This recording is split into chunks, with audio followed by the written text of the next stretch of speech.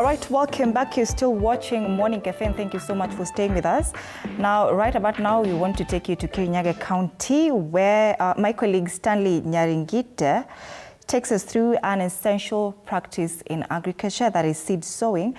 And basically, this is the process of planting seeds into soil, marking the very beginning of the journey to a bountiful harvest. Take a look. Good morning, good people. This is Agri-Talk right here on Morning Cafe. I'm used to Stanley Nyaringita. This is your weekly dose of matters agriculture. Tunaongea na wakulima, experts na agribusiness people kupale nyumbani. Unataka kujua the whole process of kupanda mimea. Leo tutakuwa tunakufunza hiyo. Ukiona seed, ni seed gani unafaa kuwa nayo? How do you make sure that you have this particular seed hadi kwa nursery bed? Wacha tucheck hiyo process yote.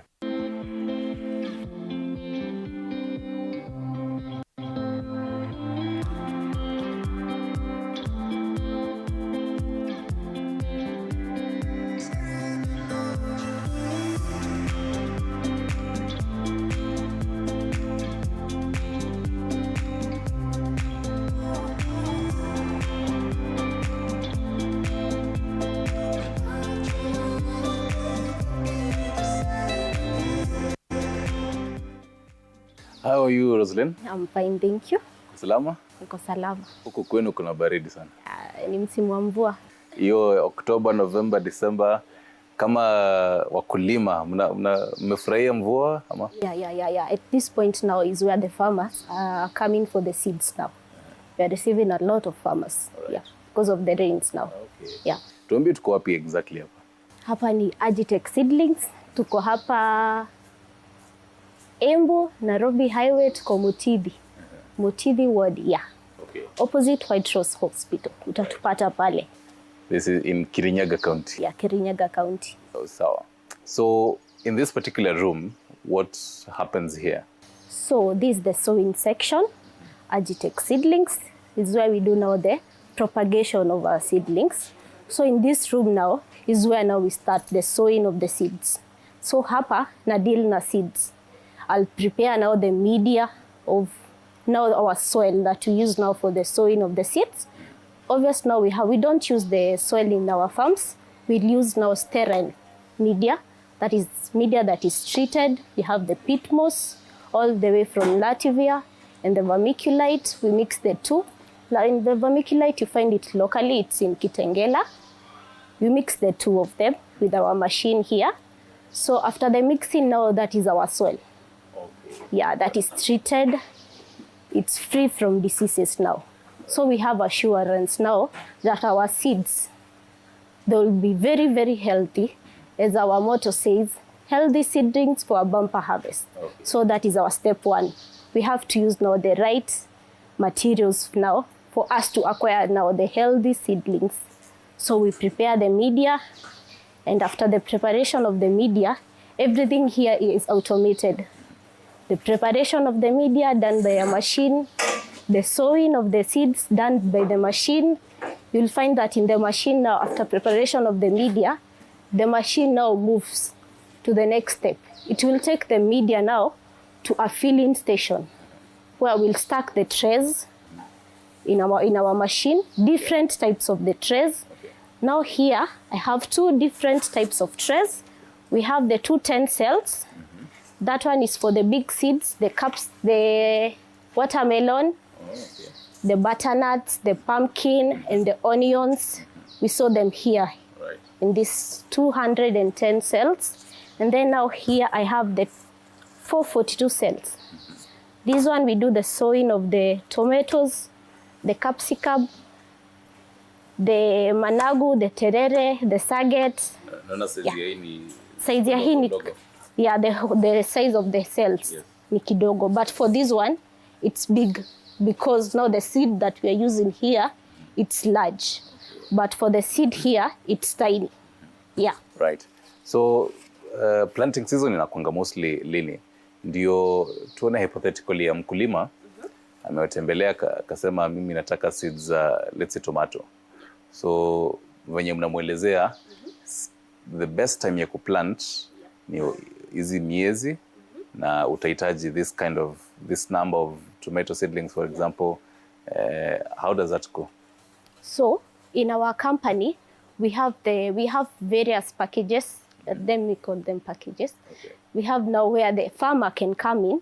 You know that those farmers that they have the water sources. Hawategemei mvua. Alafu kuna wenye wanategemea mvua. For that one who does not depend on the rain, akona maji kwake, anaweza panda anytime. So that farmer can come in at any time, a place order, aseme mimi nataka cabbage, a certain number of trays. Atazipata zikiwa ready at the expected time anataka. Ama a farmer can just walk in and say, mkona tomatoes ziko ready, atapata. Obvious, we have them. We have our calendars that we know. His season, tomatoes inasonga sana. His season, capsicum ndo inasonga sana. So we have them in plenty. Unaweza tumia hiyo siri hapa ndio pia, because we have so many, for AgriTalk, there's so many farmers who watch us in different parts of the country. So kuna mkulima ako mahali kama kule Kisii, maybe season yake inaweza kuwa tofauti na mwenye ako hapa Kirinyaga, depending again on weather patterns, different counties. So generally, planting season, the best time inakuanga gani for different kama tomato, zile zenye watu upandanga sana kwa nyumba? Okay, sana we have tomatoes. Tomatoes is our 80% of our propagation. We do tomatoes. That means a large number of farmers are doing tomatoes. For the watermelon, we are approaching now the sowing. At around December now we'll be having the watermelons. Yeah, that's when the watermelon now will start moving in large numbers. Alright. But kwa saa hii sijaona zikisonga at the moment. But comes December, maybe mid of December, we'll have them moving so fast. Yeah, I'm not sure about the capsicum. But now for the tomato, because as you say, 80%, and definitely hata ukituwatch sahi, kama ni breakfast, lunch, hapa lazima mtoke katikate nyanya hapa. Nyanya is very crucial kwa chakula zetu. So clientele wenu wengi ni wale small scale farmers ama wale wako na shamba kubwa? We have all. We have the small scale, the kitchen gardens, wale wa kidogo kidogo pieces 3-2, and we have the large scale. Because in different regions like the Loitoktok, they do the large scale. So we have a certain variety that does well in that region. Hiyo ndo inasonga sana in large quantities. So hiyo side iko na large scale. Huku pia Kirinyaga, we have the large scale, part of Machakos, and the small scale, yeah. All right. So for this particular, kama ni our tomatoes, mkulima amekuja. Hii process yenye umetuelezea from start, kwa hizo machines yenye utakuwa unatuelezea again, ni lazima ajue hii process yote? Kama hizi za kuweka hizo type of soil mnaweka hapo, ni muhimu kwa huyu mkulima kujua hii process? Yeah, ni muhimu kwa sababu with this process now, the farmer mwenye alikuwa anatumia the traditional method ya kumwaga pale chini kwa mchanga, this one is cost effective because because akimwaga sasa hapa kwa propagation center, he or she doesn't require a large package of the seeds. Akiwa tu na mbegu, let's say 25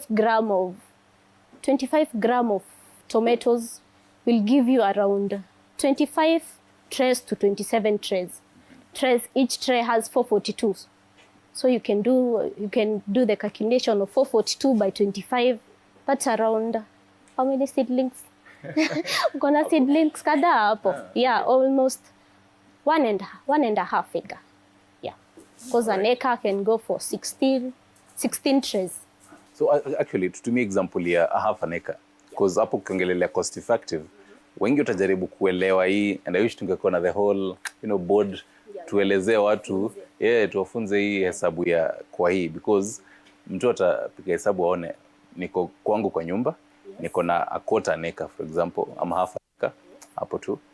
Instead ya kukuja hapa niko na zile nyanya zimeharibika, so nitumie tu hizo seeds zake, nikaushe for example, alafu nipande.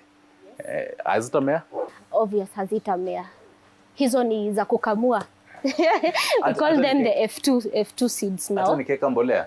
Obvious, hata kama itamea, let's say 40%.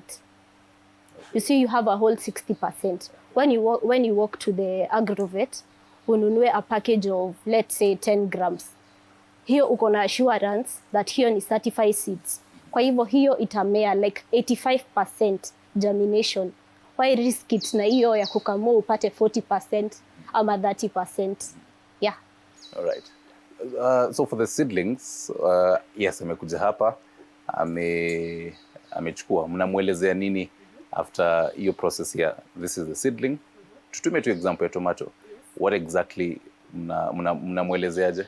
Okay, tutamuelezea, you know, there's those farmers who have worries that hawa watu watanichanganyishia mbegu yangu yenye nimewaletea, hawatanipandia hii yenye nimewaletea. But with Agitech, we give you assurance that chenye umeleta ndo utatoka nayo. We can even take you for a walk, how we do our processes from the preparation of the media, wenye itapandwa na mashini. Obvious hiyo, hautachanganyishiwa mbegu yako. Chenye umeleta ndo utakujia after those 30 days, 28 to 30 days. Yeah, we'll take you through our greenhouse uone. Here you'll get the right seedlings and healthy seedlings. All right. So nataka ueleze mkulima ako kule nyumbani na ile tusitumie kizungu ile complicated yenye hata elewa sana. In just simple English, how this whole process from mkianza, mtuambia the whole medium, hiyo mchanga, so what happens after that? Okay. As I said, we have the preparation of the media. Hatutaenda kwa shamba fulani tumeweka mahali tumenunua, tuokote tu mchanga iko na magonjwa tu zake huko. Tutaenda tununue mchanga yetu, as I have said, we buy our peat moss, we mix it with the vermiculite to increase now the aeration now in that media now.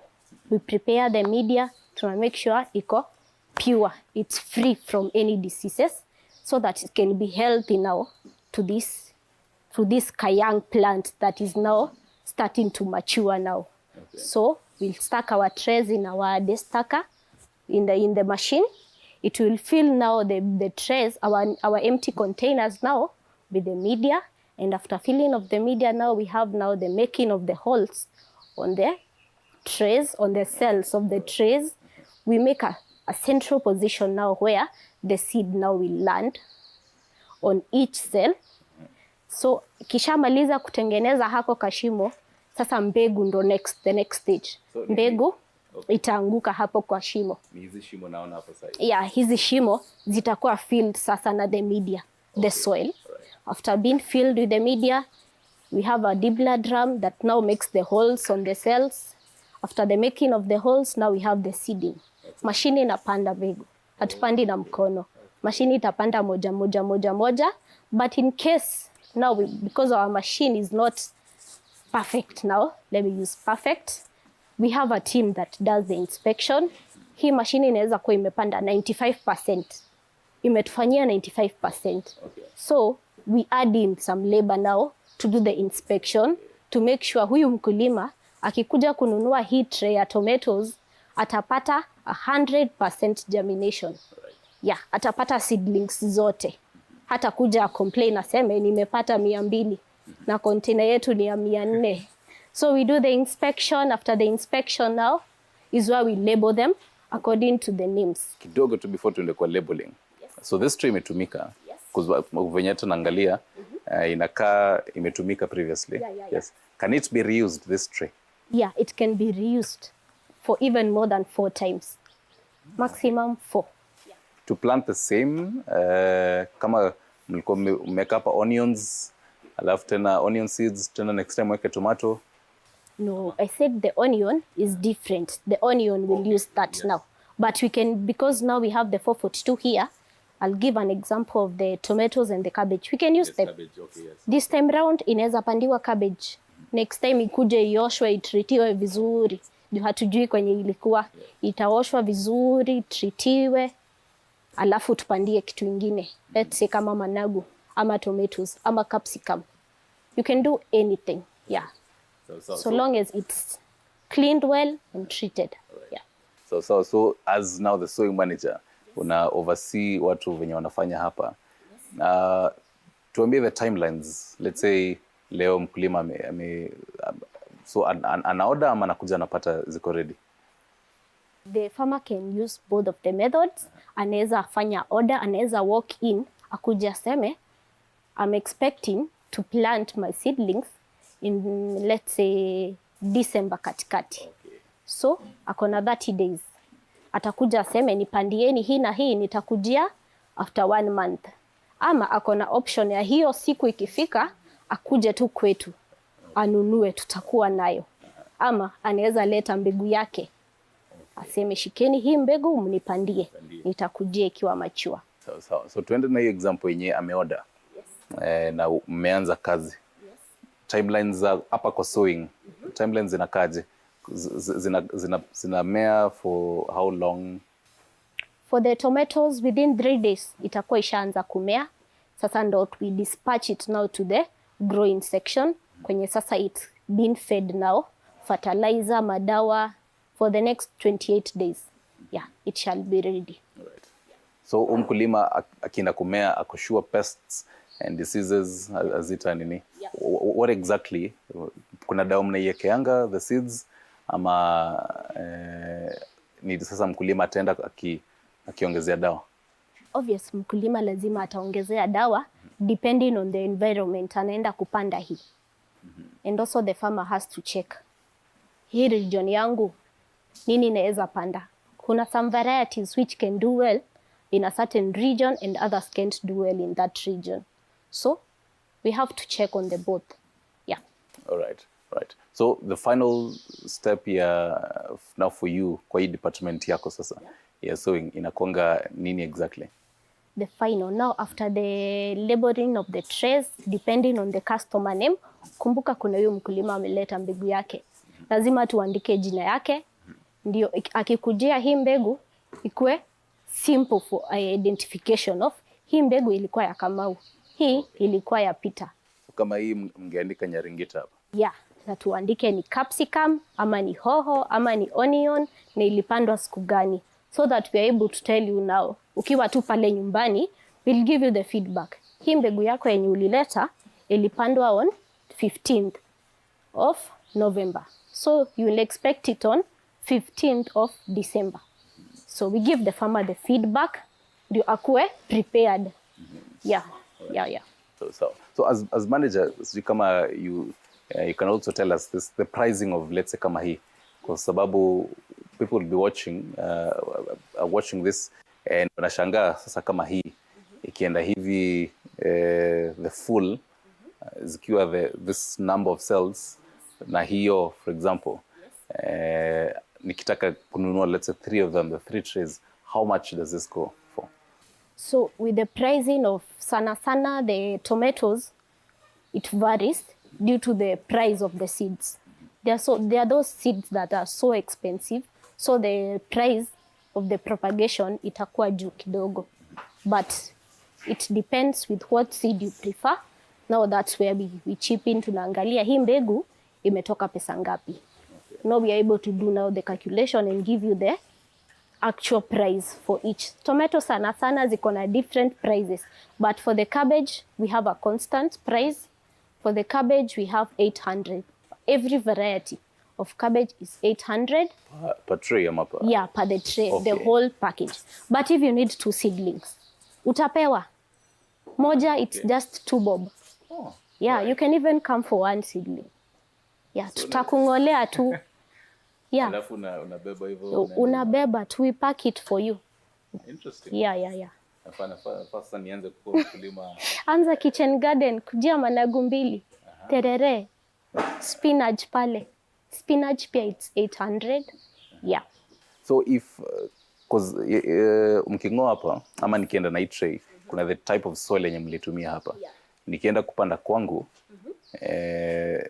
na isipo match na hiyo soil naenda kutumia kwangu. Okay. Kumbuka hii, the soil that we used here, it's now for this delicate seed. Yes. It's now to help the seed now in the germination. Yeah. But in case of anything that happens in the shamba, let's say there are those pests and diseases, we offer agronomist advice. We have our agronomist out there. different regions. We have the Meru, the Marigat, we have the Lower Eastern Machakos.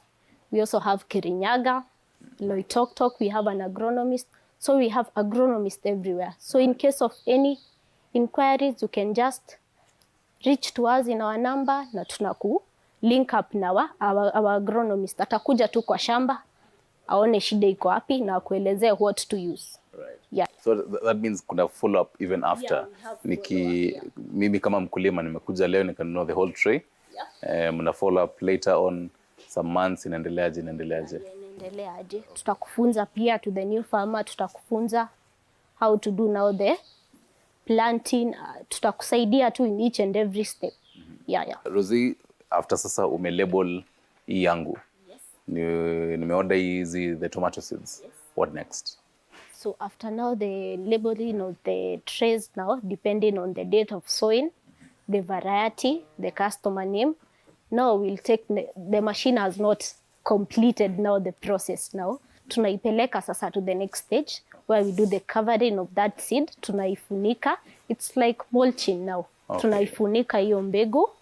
Purpose yake ni gani kufunika? Ni kufunika tu. It's like mulching. Yeah. Tunaifunika hiyo mbegu so that it's not that exposed. Okay. Tunaifunika alafu tunainyunyuzia maji. The machine does that. It's automated. So it ascends to hii tray inataka kufunikwa. Hii tray inataka imwagiliwe maji. Yeah. So we have the covering of the seed and the watering unit.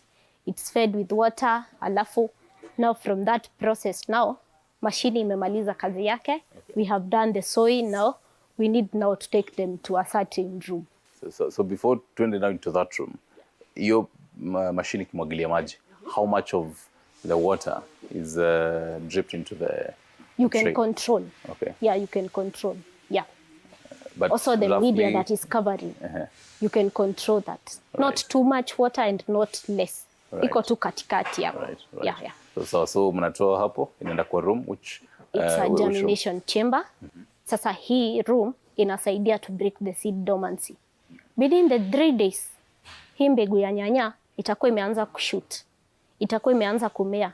Tunaitoa huko, tunaipeleka now to the growing section where we spread them one by one. You'll see that in the cold rooms, they are stuck. Zimelaliana, but they can't harm. Haziwezi kuwa harmed, like haiwezi stretch, because we keep on checking on them. Within the 3 days, kakianza tu kutoa kidogo tunakatoa. Yeah. Wait, so because I'm trying to visualize all this. Zikiwa stuck tivo pamoja, how will you know zenye ziko ndani zimeanza kusprout? Utaangalia tu. They're not that heavy. You can check. Oh, so that means every the personnel there always have to lift examine. Yeah, and remember, bado tunajua that nyanya tulipanda hii siku. So we expect it to be out of that room by day 3. Yeah, by day 3. Okay. We have our records. Okay. So naenda tu pale kwa kitabu najua leo nini nafaa itoke. I go and check. Right. Imetoa kweli? Yeah. Hiyo ni nyanya. Na tunatumia example ya nyanya because tulisema it's most common used. Yeah. But for others, like cabbage, onion, is it gonna the same time frame? Yeah, 3 days? No, they have different. For the cabbage, all brassicas will do 2 days. Okay. For the watermelon, within 2 days pia ishaanza kushoot. For the capsicum, might take longer, 5 to 6 days. Okay. Dormancy yake ko juu. Okay. 5 to 6 days itakuwa imetoka from that room. Right. Yeah. So in this particular control room, definitely as manager kwa hii sowing department, you make sure that on a vine you're explaining to us why they really have to have the masks. But kuna kugana chances ya contamination?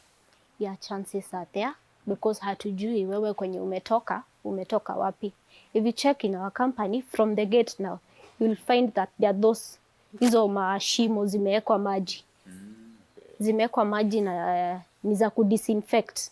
Sana magari, motorbikes, nini. Here in the sowing section now we also have a footbath that before you get sowing section, you have to disinfect your feet, sanitize your hands so that hautakuja sasa contaminate now our seeds ama anything in the sowing section. What's the danger of them being contaminated? And let's say generally atakuwa uko ndani hapo niingie bila hapo kwa hiyo control room. Niingie bila kufanya hizo vitu zote. Sana I'll see in the growing section unapata mimea inagonjeka. Mimea ikigonjeka, you'll find that is a big loss to us. Juu sasa hiyo mimea imegonjeka, utapea farmer aje. Hata yeye anaona hii it's not good, it's not a healthy seedling to me. Itaenda huko in incur another cost that the production might be lower. Yeah. All right. So a final question for you. The production of this trays, because now there are quite a number here. Do you buy them? Do you make them here? Mkipea mkulima, mkinipea it was labeled here. Nabaki nayo ama mnaikujia tena, what happens? Okay, the containers now, the trays, we buy them. We don't have them here. We buy them, and the moment we give our farmers now the seedlings, we expect hii tray lazima irudi kwetu. Tutaikujia kwa shamba ama utaileta wewe mwenyewe. There are those farmers that buy less than 10 trays. For those buying less than 10, we charge a deposit per each tray. So that we are now assured utarudisha hii ndio ukujie pesa yako. But for those large scale when you wanafanya let's say 10 and above, tutakujia kwa shamba yako because now we have to reuse it again tupandie kitu ingine. They're expensive. Yeah. Well, thank you very much, Rosaline Ombui, the manager hapa kwa the sowing department at Agritech. Nataka sasa to cross over because umetuelezea vizuri from the seeds and how zinapandwa the 3 days control room. Sasa tunaingia into the production room where you can actually see the whole growing. We'll be having an expert there, sende mbali.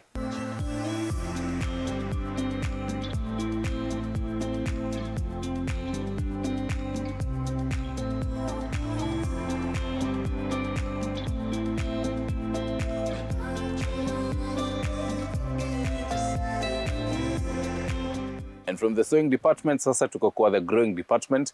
Tumeambiwa how the seeds zina growiwa, rather zinatengenezwa hapo vizuri na Rosaline. Sasa tuko now the growing department. How are you, sir? I'm fine. I can comfortably shake your hand juu tume disinfect hapo ndani tukiingia. Venye tumeelezewa. What's your name?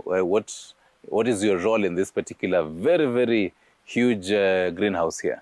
Okay, I'm Kariuki Mushiri at Agritech Seedlings. I'm in charge of the growing. This is where we deal with after the seeds have been sown in the nursery, the sowing area. They are brought to us so that we can maintain them until they are ready for transplanting. Okay. Yes. Right. So pale nimeelezewa ni 3 days kwa hiyo storeroom. Yes. Sasa zinaletwa hapa. Yeah. Tumetumia example ya tomato because tomatoes are it's used. A household item. Yes, watu wengi sana watatumia nyanya, different types of nyanya for that matter. Yes. So after the 3 days, what is the first step? Zikiingia hapa, let's say zilikuwa for example 20 trays uko ndani. Hizo 20 trays zimeletwa hapa ndani. Yes. Step ya kwanza ni gani? Okay, tukishaziingiza huko ndani ya greenhouse, the first step is we do spread them in these beds. After we have spread them, we do maintain them, that is by feeding and also controlling pests and diseases, so that we can give our farmers a disease-free planting material. Right. Yes, so the first step is spreading them. Then the media that we use in our propagation, that is pitumos and vermiculite, it doesn't have any nutrients in it. So it's on us on this side that we earn the nutrients. Umetuelezea hiyo story ya propagating the different types of hiyo mchanga yenye inatumika. Yeah. So ikitoka kwa hizo 20 trays zetu wenye zimetoka pale, ndio the same mchanga iko tu hapa bado? Yeah. Okay, for us huwa tutumire mchanga ya kawaida. Okay. So we do substitute it with inert material. This inert material, we guarantee our farmers it's disease-free, weeds-free, and pest-free. So when a farmer buys a seedlings from us, he's assured that whatever is carrying from here, it's disease-free. Also, there is planting media that we use. It's also nutrients free. Ainanga nutrients ndani yake. So what we do for us, we do mix our irrigation water with nutrients. The process that we call nutrition or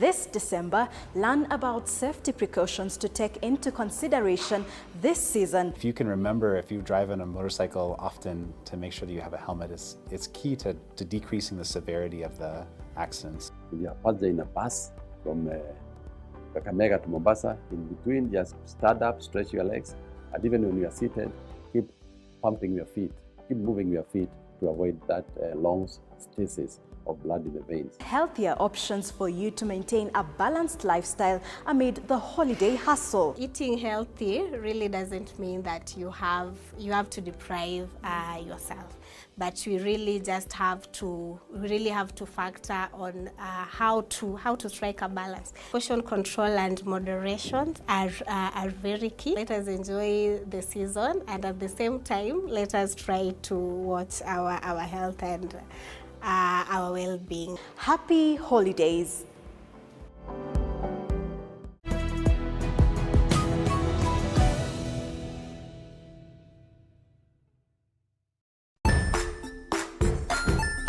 Hey there friends, welcome to Kids on the Block, where fun and imagination come alive.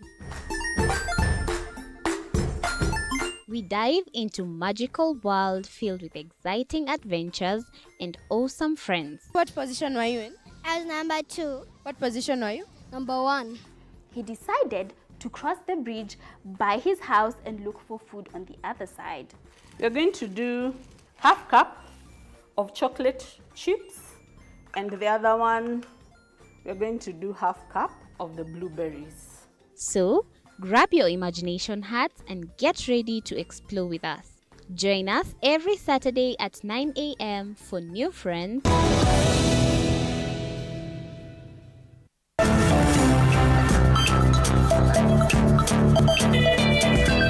yes, among the first steps that we do to take care of that seed to become a seedling. Okay. Yes. So hii bado tuko day 1 ndio nataka pia mkulima ajue, because let's say alikuwa ameorder akasema this time frame. Yes. Ndio pia elewe hii ndio time frame inachukuanga, na pia hizi ndio processes wanachukuanga. Our experts wanakuanga hapa ndani. Yes. So bado day 1 hizi zenye ziko hapa, hii bado ni nyanya. Yeah. Hizi ndogo. How old are they? These are 5 days. That is from sowing up to now. They are 5 days. Okay. Yeah. So let's say 2 days in production. Yeah, 3 days in the Sowing? germination chamber, and 2 days here inside the greenhouse. Okay. Yeah. Also in the first days that it is inside here, we do drench with fungicides. One of the challenge that this young seedling will face is a disease called damping off. So we do drench against that disease. Okay. Yeah. Inaitwa? Damping off. Damping off. Yes. Okay, all right. There are different types of tomatoes, as we will understand. Yes. Mimi najua, I think cherry tomatoes tule tudogo. Na hizi nyanya zenye nitapata tu kwa mama mboga. Yeah. Unaweza tuelezea, are there different types of maybe tomatoes? We have different classes of tomatoes. One broad way of classify them is determinate varieties, semi-determinate, and indeterminate varieties. The determinate varieties are those that will not require staking. They have a sturdy crop. The stem of that tomato plant is so strong, it will not require staking. Okay. And it will grow about 60 centimeters to 90 centimeters high. But for the other crops, for mostly we do plant the indeterminate varieties in regions like Oroitoktok. They will do more of the determinate varieties. But for areas that like here we are, Kirinyaga region, most of the farmers will do the semi-determinates. Okay. Those are the tomatoes that will require staking. Okay. Then we have we have the indeterminates, which will require staking, and mostly we grow them inside the greenhouses. Yeah. Right.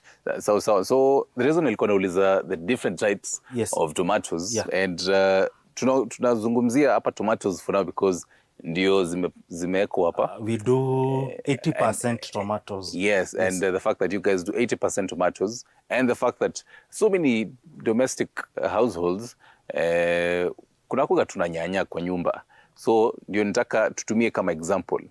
So umetumia kuna hizo types tofauti. Yes. So out of the 20 trays zenye zimetoka pale kwa germination chamber, let's say out of the 20 kuna different types hapo. So mkiziweka hapa kwa bed, mnatofautisha hizi ya hii side ni one type, hii side ingine ni different types? Yeah, we do. Starting from the sowing, we do track the seeds that we have sown. If it's a tomato, maybe answer variety or harmony variety or big rock variety, it's indicated on the tray. The customer name and the crop type, also the variety. Once it gets in the greenhouse, we also add tagging. Tunaeka katag kakuonyesha hizi trays kama ni tomato answer ama tomato harmony, it's for this customer, it was sown on this date. Nilikuwa nataka kuangalia, nimeona moja imeandikwa hapa the date. Yeah, you can see it's Agitech seedlings. The crop type is answer variety. Then it was sold on 8. Okay. Yeah. All right. So that means lazima zikuwe separated hivyo. Yes. So that Kenya tunauzia mkulima kama amenunua answer, tutamuzia hiyo answer. Kama amenunua harmony, tutamuzia hiyo harmony. Kama amenunua commando, tutamuzia hiyo tomato commando. Okay. Yes. Right. Naona kwa beds zote the height ya the beds ni the same. Yeah. Why is that? We have raised the beds for easier management. Yule mtu anapea maji asichoke sana kuinama. Na pia kuspray it's easier zikiwa a meter high. It's easier mtu akispray hizi seedlings zetu. And also tumeziraise ili iwe na area mzuri ya drainage.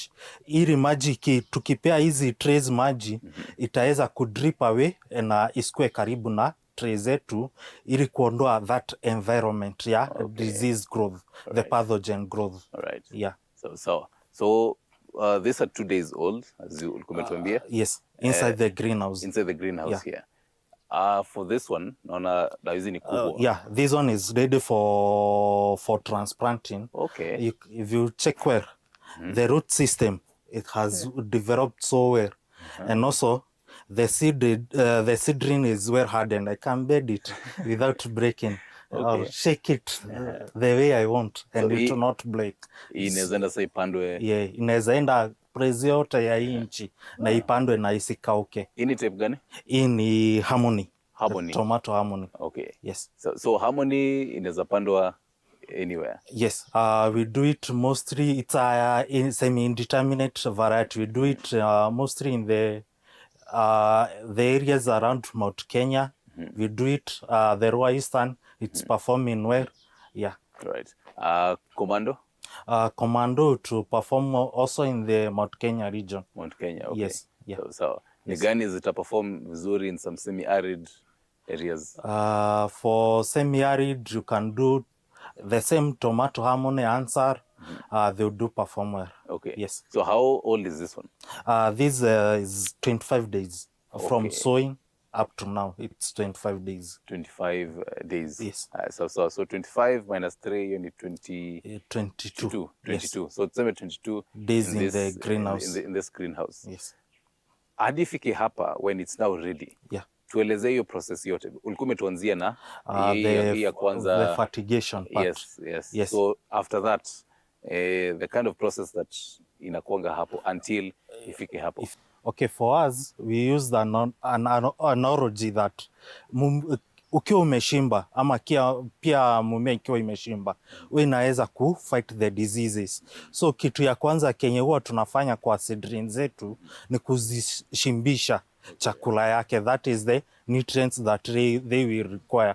So kenye huwa tunapea mimea yetu kwa wingi, it's the nutrients, na hizi nutrients tumeziangalia in the way that it's what the crop requires at that stage. Kama ikiwa hivi dogo hivi inahitaji a lot of phosphorus, hiyo ndio tunaipea kwa wingi. Inahitaji calcium mingi ili iweze kuharden the cell walls, tunaipea calcium mingi. Yes, that is across all the crops that we propagate. Yes. After we have fed our seedlings well, we also use an approach called integrated pest management. This is to certify that, also to guarantee our farmers, once they buy from us, the seedling that they are carrying from us, it's well maintained. And maybe we have customers who carries maybe cherries or tomatoes for export market. The market will require them to have a track record of all the pesticides that they have used. And also those pesticides will require to be certified. Ni zile zimepitishwa na the HCDA na the government bodies ili zikutumika kwa the horticultural crops. Huwa tunatumia the integrated pest management. Kuwa kwa greenhouse hiyo inatusaidia ku eliminate that conducive environment ya pathogen kukua. Juu huku tunaweza kucontrol ile environment tuko nayo huko ndani. Unasikia sahi kuna kajoto kuliko ile iko nje. Yes. Hii inatusaidia sana. For us we use the chemicals as our last option. Ikiwa hizi approaches zingine zimeshindwa ndio tunaenda kwa the chemical ways.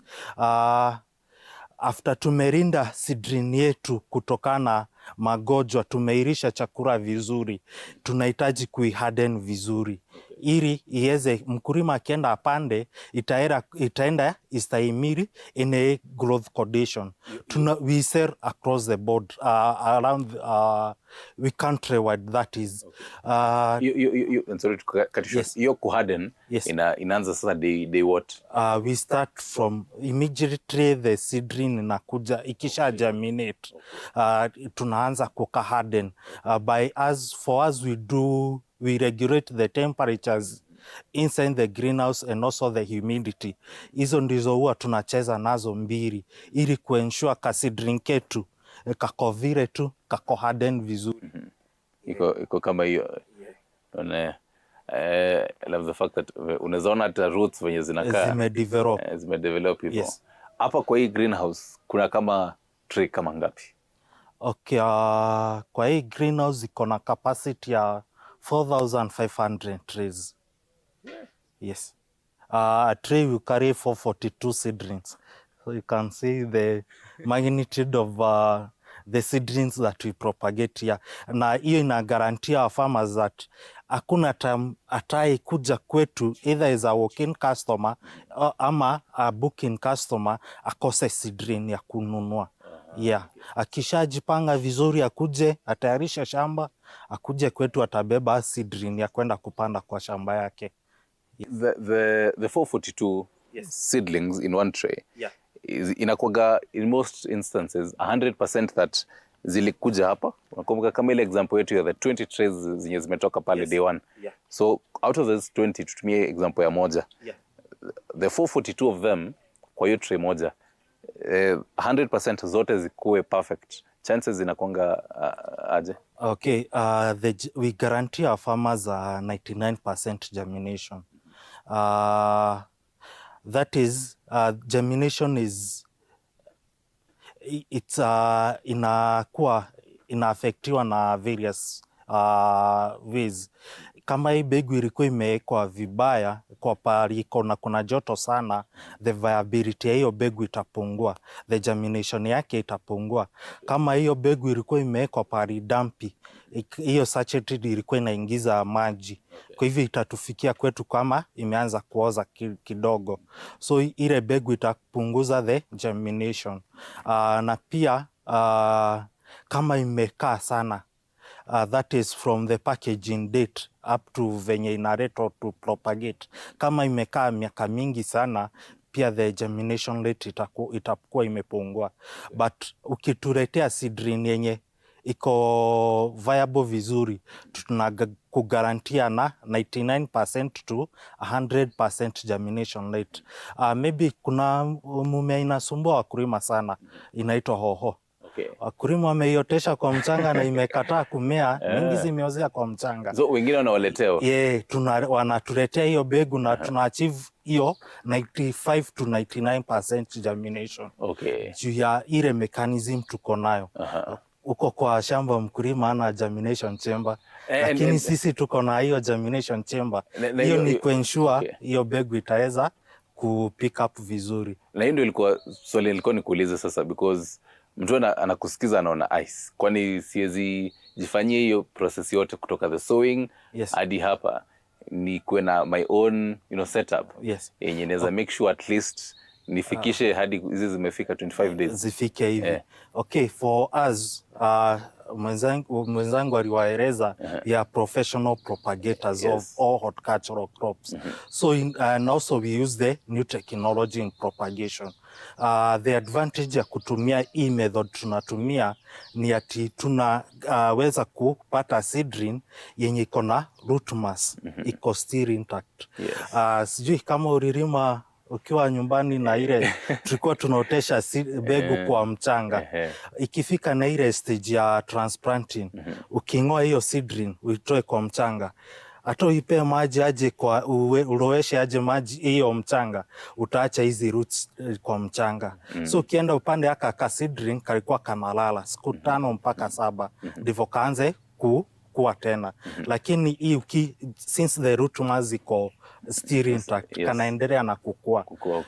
So hata we mostly advise our farmers, ukipanda hii seedling wacha ipate chakula kwa mchanga, ipate fertilizer ama mbolea well decomposed farmyard manure, ili kaeze kuendelea kupika haraka. Ujume mention kulima. Najua labda kuna wengine wanatuwatch wakiwa ushago, washaanza kuenda holidays and all that. Na wanawacha wanasema okay, wacha nikikuja nataka pia mimi nijue venye napanda kama hii moja.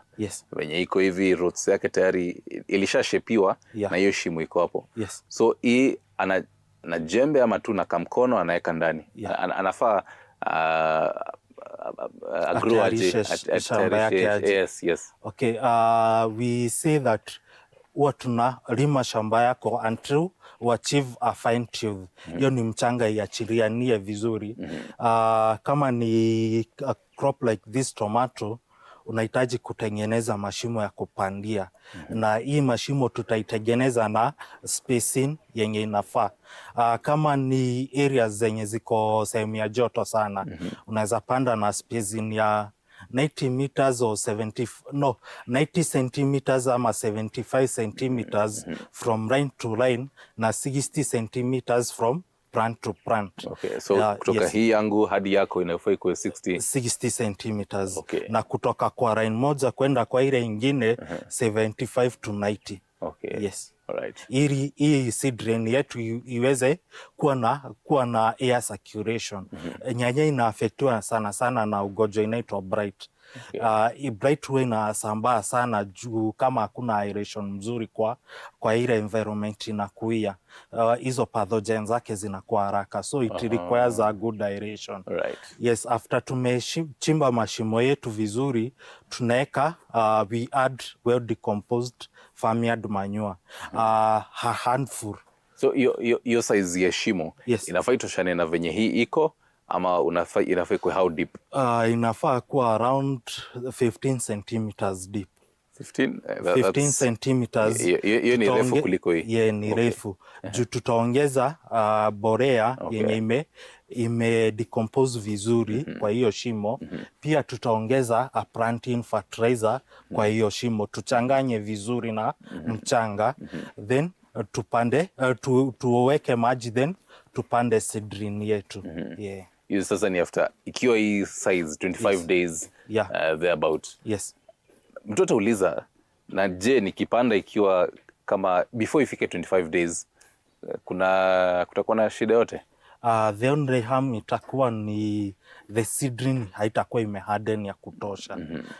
So kama ni mtu mwenye hajakomaa kwa kupanda itamletea tatizo kidogo.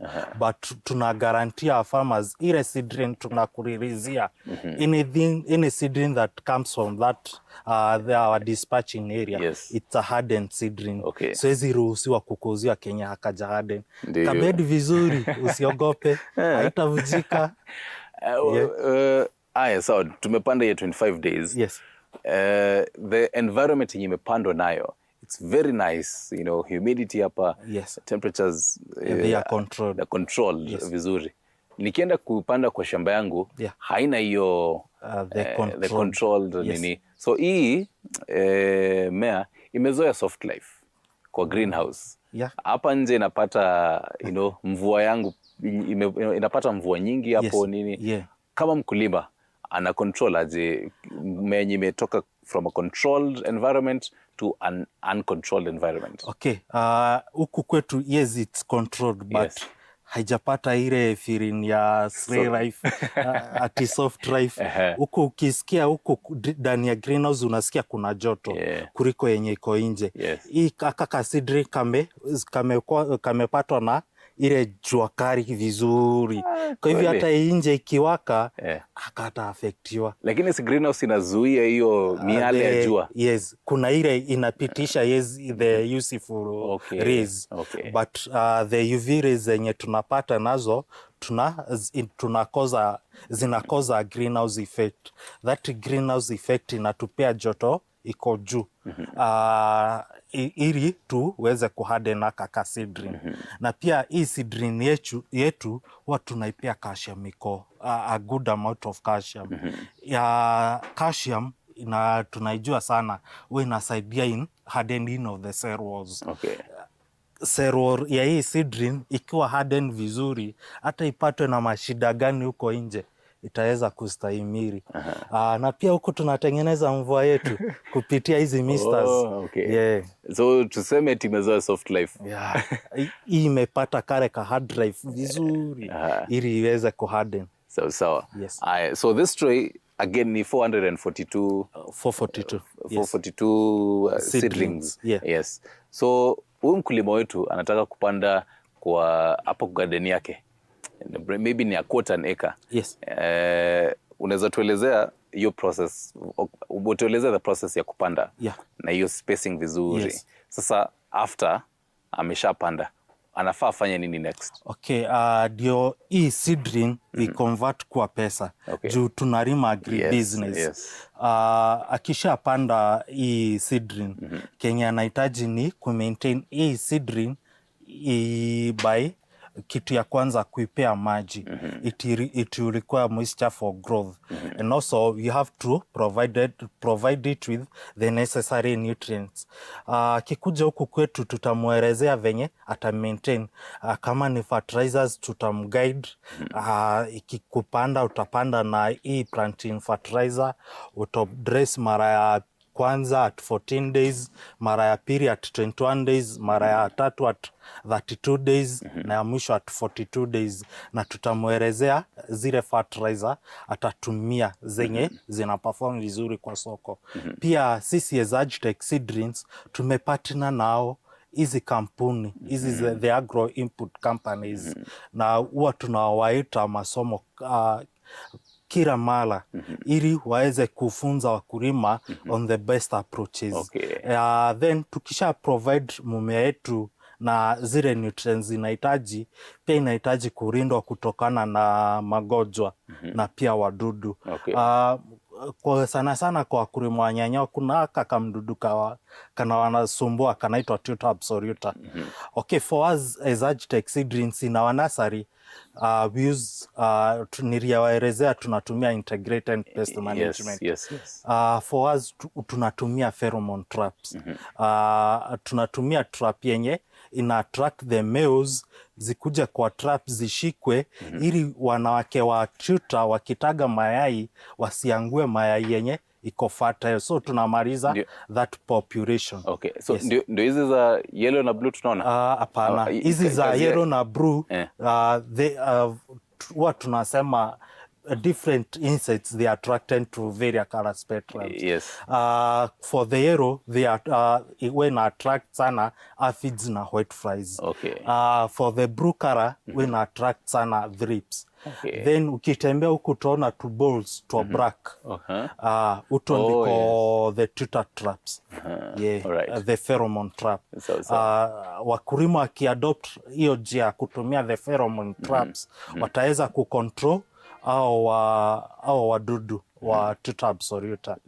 Yes. Alright. Karuki, nataka uangalie kamera mbele yako, uelezee mkulima mwenye amekuwa kitutazama yote, advice the advantages za kutumia hii process na aendelee kutazama AgriTalk. Zile advantages huwa tuna guarantee our farmers is that for first, hii seedling yetu since the root mass iko very intact, ukikapanda kataweza kupick up haraka.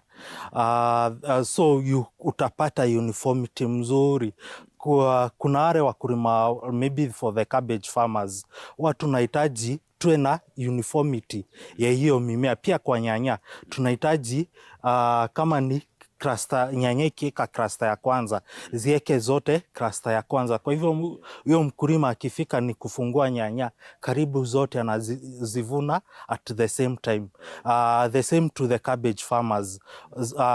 Sana ukitumia hii technology, because of the uniformity in the growth, na pia hii uniformity na transferiwa kwa shamba, ataweza kuachieve fast cut. Hiyo ni kuvuna cabbage mara ya kwanza, atavuna almost 85% ya hizo cabbages. Another advantage ya kutumia hii technology is that you get a good germination rate.